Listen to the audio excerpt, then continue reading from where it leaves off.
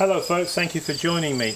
Here we are, I don't know what time it is, about 6 o'clock in the evening, and it's a beautiful summer evening here in Pennsylvania.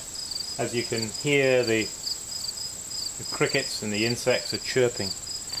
And anyway, I'm just outside here, just going to bring you in on a few things that I'm doing here, and then we'll get on and do them. Let's see what have we got. Well, those there are the tea bowls that we made, that you saw me do just the other day. You saw me dipping them and finger wiping them, and we talked about double dipping, didn't we? I've got a few more here that are waiting. That's that little number that we did and we threw with the wheel going round the other way. A little smaller than the others. So these are they're all done. They're all slightly different, but they're all similar. The forms are sort of bowed in the sides. Some of them are slightly flared at the top. Coming out at the top, which is nice for drinking out of course, a nice flared lip. Anyway, I'm just going to dip those again in a wood ash, and but before I do that, I want to engrave them with a few tools that I've got here. That's that. Moving on over here, as you can see, I've got here some tea bowls that are presently drying. They're upside down. Incidentally, it's a good idea to get your pots upside down as quickly as you can. As soon as the rims will withstand being turned upside down, then turn them upside down. You can see here little pieces of paper underneath these pots. That's because these are all tests, because I've been given various different types of clays, which I actually want to test out to see which one I really like. We've got here from Standard Ceramics 507 there. Then we have, this is orange stone high water. I presume high water are the people that make it. This is a clay that Jack Troy gave me, which is a dark stoneware. And I got a feeling it's a home dug one. It's got quite a few bits in it of vegetation by the look of it. What do we got here? This is a mountain stoneware. This is I brought back from Anderson Ranch from Colorado, and this is a clay. This is a Laguna clay that a friend of mine in California sent me to try out. So those clays there, I've just made them in a form of these tea bowls. I've done a couple of each. Actually, I've got a few more to do, different clays inside. So they'll be going in different parts of the kiln. We'll see what sort of results we get from them. And then under this plastic here, a few oddments just that I've been working on today. Small pitcher with pouring lip, of course. Again, another one with a kind of a scratched decoration, and then a different one here, which is same idea, but this one is fluted. And last but not least, I had a brain, not a brain wave. I don't know if it is a brain wave or not. But this mug, you can see on the inside there, has been indented. It's indented where the handle goes. It just means that the handle doesn't stick out quite so far. Maybe a quirky idea. But you know, sometimes when you have an idea, you need to get in the studio, don't you, and flesh it out, make it happen.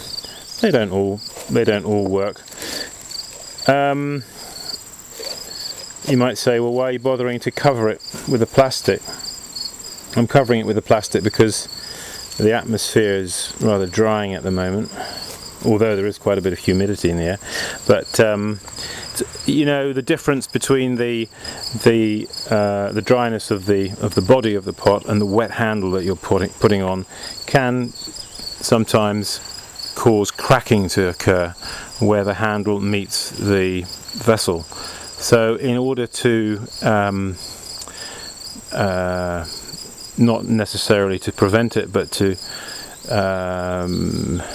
make it not such a big issue, if you cover it with plastic, then it may not happen at all, or it may happen less. These did get a little bit dry around the tops when I got around to them. Anyway, that's that. So now let's get back over here.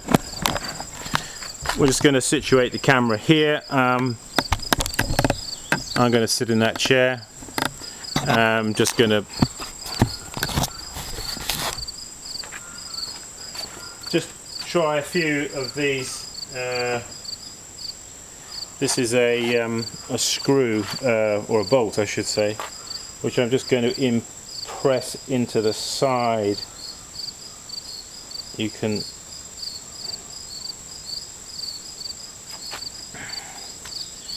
get quite a nice decoration by using the old bolt, by pressing it into the clay. Clay is one of those wonderful things, isn't it? It just is crying out to be impressed. It's saying, impress me, impress me. Do you think so? So I'm just sort of doing these down 4 in a row, slightly at an angle. I just checked the battery on the camera. I noticed it's not as much juice left in it as I thought, so I may just have to press on here a bit fast to get this done. Of course, now I'm putting over the top of here this clay wood ash glaze. I didn't mention the other day when we were doing this that the wood ash is not washed, hence it does have a tendency to run. Just bear that in mind. So I'm pressing with the head of the screw. Is quite a fun way. Now with this kind of glaze that I'm going to put over here, it's a rather thin glaze, so this kind of treatment can work quite well. Alright, there's one. I just wanted to show you that. I've got here a lemon zester, and I had an idea. I'm not sure how well it's going to work. Let's have a look. Are we still going here? Is this battery still going? Yes, good, it is. Yeah, I'm going to take this lemon zester, I hope we're in the picture, and I'm going to scratch it down so it's going to be kind of like a fluted.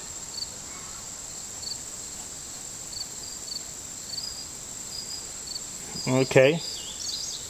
Yeah, I'm happy with that. That seems to work.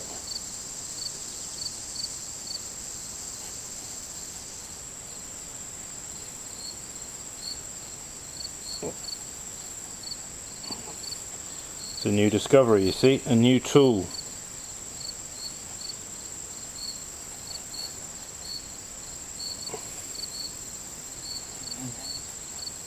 Seems to work quite satisfactorily, doesn't it? 1, 2, yeah, okay.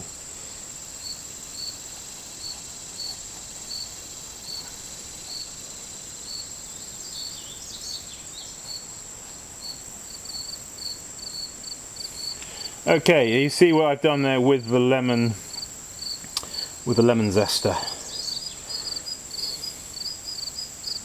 So now I've done that, why don't I take my hacksaw blade and do some flex. Now this will work very well with the clay wood ash glaze. it'll show through the glaze. You see? Now any one of you can do this, couldn't you? At home, or in your studio. You've seen exactly how I'm doing this, an old hacksaw blade. Okay, and I think you'll agree with me, that's a satisfactory result, isn't it? So that's that fella.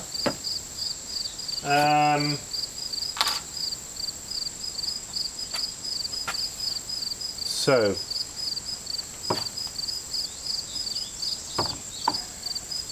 now this is the one that I threw going around the other way, and it is a little heavier, slightly heavier. What I'm going to do with this one is I'm going to use the round end of the hacksaw blade here, and I'm going to flute this one not from the top to the bottom, but I'm going to flute it from the bottom to the top. Let's see how we get on with that.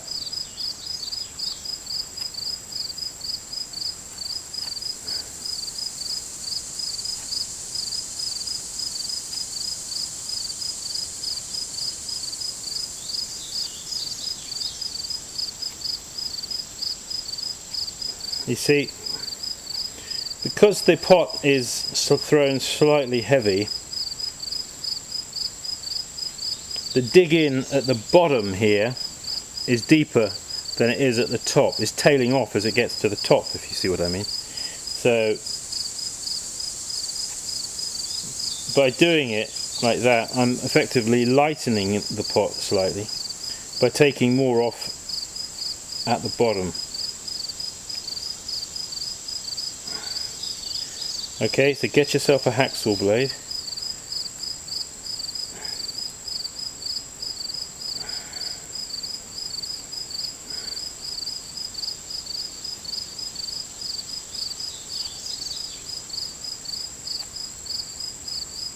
Dee dee dee dee. Oh, we started off rather straight, but we've ended up rather curved. You see now, you see that's what can happen. You see, if you're not paying attention, you're trying to do things too fast. You see, I start straight, but then they start getting more curved, don't they, as we come round.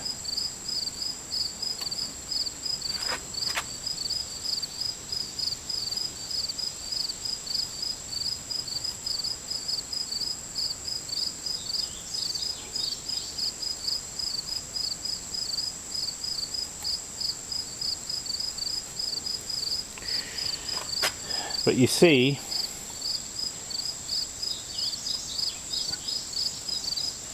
I've worked it so it doesn't show really that much. You have to get, as you grow a bit older, you have to get a bit more cunning, you see. It doesn't look I can tell where where I began it and where I ended it. But it's not too bad, is it? So, there we are, folks, just giving you a few ideas. Da da da da dee. Let's just swing the camera around over here. Beautiful evening sunshine.